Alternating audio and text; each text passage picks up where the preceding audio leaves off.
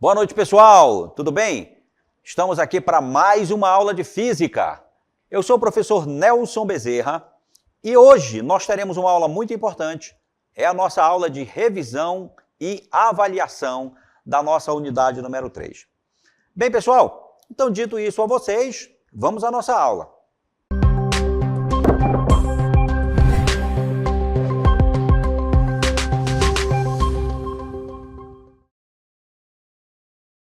Muito bem, pessoal, hoje nós teremos nossa aula de revisão, então nós vamos aqui relembrar alguns assuntos importantes que nós tivemos durante este módulo de Física. Então, gente, vamos começar falando sobre a questão da notação científica. Vamos lá, pessoal, é muito interessante, muito importante que você consiga entender o porquê que você tem que escrever números em notação científica e consiga também transformar números que não estão em notação científica para números que estão escritos em notação científica. Então, a notação científica, pessoal, nada mais é do que uma forma de representação de medidas de grandeza muito importante, principalmente para aquela cujos valores são extremamente grandes ou pequenos, né? Grandezas que são com muitos números e valores muito grandes, como, por exemplo, aqui eu dei alguns exemplos da velocidade da luz. 299.792.458 metros por segundo. Veja só quanto tempo se leva para falar esse número, né?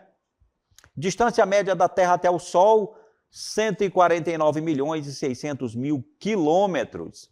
Se fosse em metros, seriam bilhões, né? Então, existem muitas grandezas aí que são representadas por números muito grandes. Fica difícil, às vezes, a gente até ler esse número, né? Então, na física, muitas vezes é necessário realizarmos operações matemáticas com esses valores, né? Imagine como seria difícil multiplicar a velocidade da luz pela distância da Terra até o Sol. Agora nós falamos aí, né, os valores, né, da velocidade da luz, 299 milhões, né, e a distância até o Sol, 146 milhões. Agora já pensou se eu tivesse que multiplicar esses dois números, né? Se eu fosse multiplicar pelas vias normais ali, com os números do jeito que eles foram escritos na cartela anterior, seria extremamente trabalhoso. Seria difícil, seria trabalhoso, né? E agora, se eles tivessem escrito em notação científica, seria muito mais fácil e menos trabalhoso. Agora, para que a gente possa representar um número na forma de notação científica, existe aqui um modelo. Eu coloquei esse modelo aqui para você observar como é um número em notação científica. O número em notação científica, pessoal, tem esse formato aqui, A vezes 10 elevado a n, tá? É assim. O número em notação científica é desse jeito. Agora, a letra A que está aparecendo aqui, ela tem que ser um número, né? Ela vai ser substituída por um número, né? A é um valor genérico.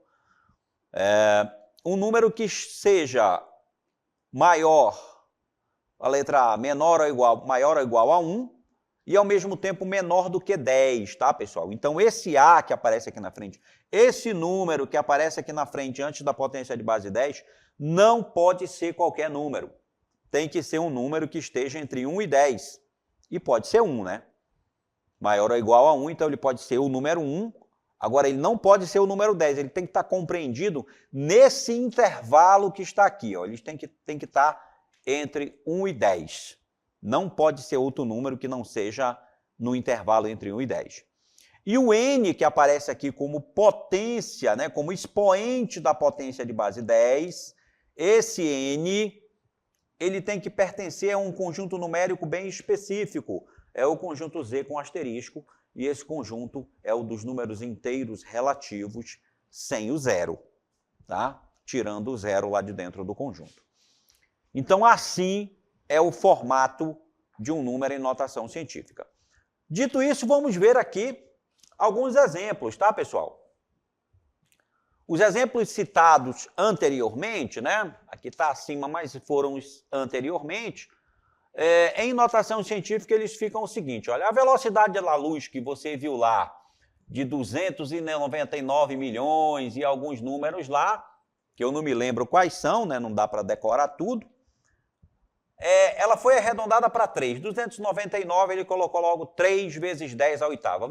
Veja como foi mais simples falar 3 vezes 10 elevado a 8, 3 vezes 10 à oitava, do que falar aqui o 299.792.458 metros por segundo. É muito mais simples eu arredondar logo para 3 vezes 10 elevado à oitava. A velocidade da luz fica assim, em metros por segundo, tá, pessoal? Muito mais simples de ser lido e um número muito mais compacto. E é aí uma das razões pela qual eu transformo em notação científica, né? Fica mais fácil de ler, fica menor de escrever e na hora de fazer a operação fica muito mais simples, tá? Operação matemática, de multiplicar, de dividir e assim por diante. Distância média da Terra até o Sol, ela fica 1,496. Você pode observar também alguns livros que vão dizer que é 1,5 vezes 10 elevado à oitava quilômetros, tá? Pode arredondar logo para 1,5 ali, fazer o arredondamento.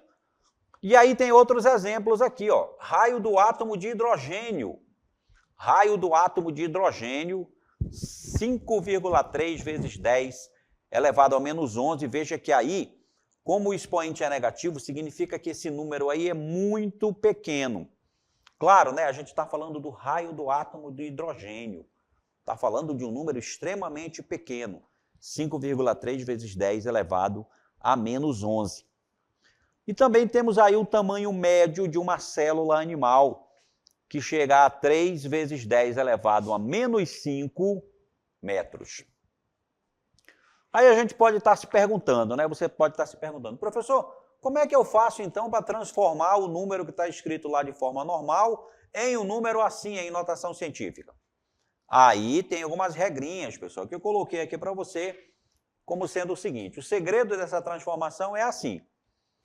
Primeiro, a gente tem lá a medida, tem lá o número. A primeira coisa que a gente tem que fazer é colocar uma vírgula, né, posicionar uma vírgula do número, que representa a medida, fazendo com que ele fique maior ou igual a 1 e, ao mesmo tempo, menor do que 10. Porque é a primeira regra lá, né, pessoal? O número em notação científica, A vezes 10 elevado a N. Esse A aqui é um número que tem que estar entre 1 e 10. Então, a primeira coisa é transformar o número num número que obedeça essa primeira regra aí. Depois de ajustar o lugar da vírgula, depois que eu coloco a vírgula lá no número, eu adiciono a potência de base 10, coloco logo, já escrevo vezes 10. Tem que ter a potência. E aí eu tenho que escolher, então, o valor do expoente. Qual vai ser o valor do expoente? O valor do expoente deve ser igual ao número de casas decimais que a vírgula teve que se deslocar. Você vai já entender essa daí quando eu começar a resolver os exemplos. Então, o valor do expoente é o número de casas que a vírgula anda. Agora, pessoal, se a vírgula se deslocar para a direita, se eu tiver de mudar a posição da vírgula, ela andando para a direita, o expoente vai ser negativo ou vai diminuir. Caso contrário, ou seja, se a vírgula andar para a esquerda, o expoente já vai ser positivo ou então vai aumentar, se o número já tiver uma potência de base 10 lá. Porque às vezes o número tem uma potência de base 10, mas ainda não está em notação científica, tá bom? Vamos aplicar essas regrinhas aqui nos nossos exemplos. Olha só. Então eu tenho aqui vários exemplos para você, para mostrar para você aí. Nesses exemplos, eu tenho algumas medidas e a gente vai transformar essas medidas em notação científica. Então, olha aqui, eu tenho no primeiro exemplo 1.231. 1.231, pessoal, é aí no nosso primeiro exemplo, ó. Então, veja só, olha lá aquelas regras que estavam anteriormente. Primeira coisa que eu tenho que fazer é colocar uma vírgula nesse número. Eu tenho 1.231. Eu tenho que colocar uma vírgula nesse número aí, gente, para ele ficar maior que 1 e menor que 10. Onde que eu vou colocar a vírgula? Olha só. Aí o cara fala assim, professor, esse número aí não tem nenhuma vírgula. Aí ele vai ter, se eu colocar assim, ó, vírgula 0. O número não muda. 1.231,0 e 1.231 é o mesmo número, é a mesma quantidade. Então, olha lá, a vírgula apareceu. Essa vírgula tem que sair daí e ir para um lugar onde ele fique maior que 1 e menor que 10. Só tem um lugar para isso, né, pessoal? Para ele ficar menor que 1, maior que 1 e menor que 10, eu só posso colocar a vírgula aqui, ó. Só posso colocar a vírgula aí, nesse lugar. Ou seja, é entre o 1 e o 2. Aí, se a vírgula for para aí, ele deixa de ser 1.231 para ser 1,231. Não é isso? Tá aí, ele ficou maior que 1 e menor que 10. Agora eu já coloco a potência de base 10 aqui. Tem que escrever logo ela depois. E agora eu tenho que achar o valor do expoente. Qual é o valor do expoente? É o número de casas que a vírgula andou, gente. Quantas casas a vírgula andou? Vamos contar. Quantas casas a vírgula andou? Ela estava aqui, andou uma casa, passou pelo 1. Andou outra casa, passou pelo 3. Andou outra casa, passou pelo 2. Quantas casas ela andou? 3. Esse 3 vai ser positivo ou negativo? Olha aí, a vírgula andou para onde? A vírgula andou para a esquerda. Se anda para a esquerda, o expoente é positivo. Então, 1.231 está aqui, ó. 1,231 vezes 10 elevado ao cubo. Está aí ele. 822. 822. Colocando a vírgula no lugar correto, 8,22. Ficou maior que 1 e menor que 10. Coloca a potência de base 10 logo atrás dele. Coloca a potência de base 10 logo atrás dele. E aí escolhe o valor do expoente. Escolhe o valor do expoente. O expoente é o número de casas que a vírgula andou? Ela andou pelo 2 e pelo 2. Então, 10 elevado ao quadrado. Está aqui, ó. 8,22 vezes 10 elevado ao quadrado. Agora o número 0,01. 0,01. Aí a vírgula, olha só, o número é 0,01. A vírgula tem que ir para depois do 1. Então ele fica 1. Coloca a potência de base 10 logo em seguida. Quantas casas a vírgula anda? A vírgula andou por aqui e por aqui. Andou 2 casas. O expoente é 2. Só que agora, pessoal, agora a vírgula andou para a direita. Eu desloquei a vírgula para cá, para a direita. Então o expoente é negativo. 1 vezes 10 a menos 2. Está aqui ele, ó. 1 vezes 10 a menos 2. Tá? 0,0021. A mesma coisa. 0,0021. Para onde tem que ir a vírgula? Lá entre o 2 e o 1, para ficar 2,1. Coloca a potência de base 10 logo em seguida. Quantas casas a vírgula andou? Ela foi para cá, não foi? 1, 2, 3 casas a vírgula andou. Então, o expoente é 3. Só que a vírgula andou para a direita, então é menos 3. 2,1 vezes 10 a menos 3. Tá certo? Agora, esses números aqui já têm potência de base 10, né? 56,7. Aí já tem vezes 10 a quinta. Coloca a vírgula entre o 5 e o 6, para ficar maior que 1 e menor que 10. E aí, como a vírgula andou uma casa e andou para a esquerda, vai aumentar o expoente uma unidade. Esse expoente aqui vai aumentar mais 1. E aí vai ficar vezes 10 elevado à sexta. Está aqui, ó. 5,67 vezes 10 à sexta. No último exemplo, a vírgula vai andar para cá, ó, entre o 5 e o 6. Ela vai andar 2 casas. O expoente lá andou para a direita. Então fica 5,6 vezes 10 a menos 6. Tá, pessoal? A menos 6. Então, aí está os exemplos. Agora, pessoal, nós vamos falar de um outro assunto importante dessa unidade, que foi exatamente o consumo de energia elétrica. Veja só como é importante esse conteúdo. Eu tenho que compreender como é que eu pago a energia elétrica que eu consumo. Como é que se faz o cálculo para o consumo de energia elétrica? Vamos lá. O cálculo é feito da seguinte forma, pessoal. O cálculo da energia elétrica consumida pelos aparelhos eletrodomésticos pode ser feito com base na potência e no tempo em que cada um desses aparelhos permanece ligado, de modo que a energia elétrica consumida seja calculada em quilowatt-hora, que é a unidade de medida que a concessionária usa para cobrar, né, de você a energia consumida. Como fazer o cálculo do consumo de energia? É a pergunta. Bem, pessoal, para calcular o consumo de energia elétrica, a gente usa uma expressão matemática, a expressão da energia elétrica. É a potência multiplicada pelo tempo. Então, para que eu consiga calcular o consumo de qualquer aparelho que eu tenha na minha casa, eu preciso conhecer qual é a potência desse aparelho, e o fabricante ele é obrigado a informar para você qual é esse valor da potência do aparelho. Quando você vai comprar o aparelho, todo o aparelho elétrico tem uma etiqueta que diz qual é a potência dele. E o tempo de uso, que é o ΔT aqui. O tempo de uso, quem sabe é você que comprou o aparelho. Se você comprou um ventilador, você vai saber quanto tempo você vai usar ele, por dia, por mês, certo? E aí, se você quiser saber qual é a energia que ele gasta num dia, basta você multiplicar a potência pela quantidade de horas que ele passou ligado. A potência, a gente vai escrever ela sempre em quilowatts, né? Quilowatt. A unidade de potência é o watts, mas o prefixo quilo aqui é 1000, vale 1000. Então a gente coloca a potência em quilowatts.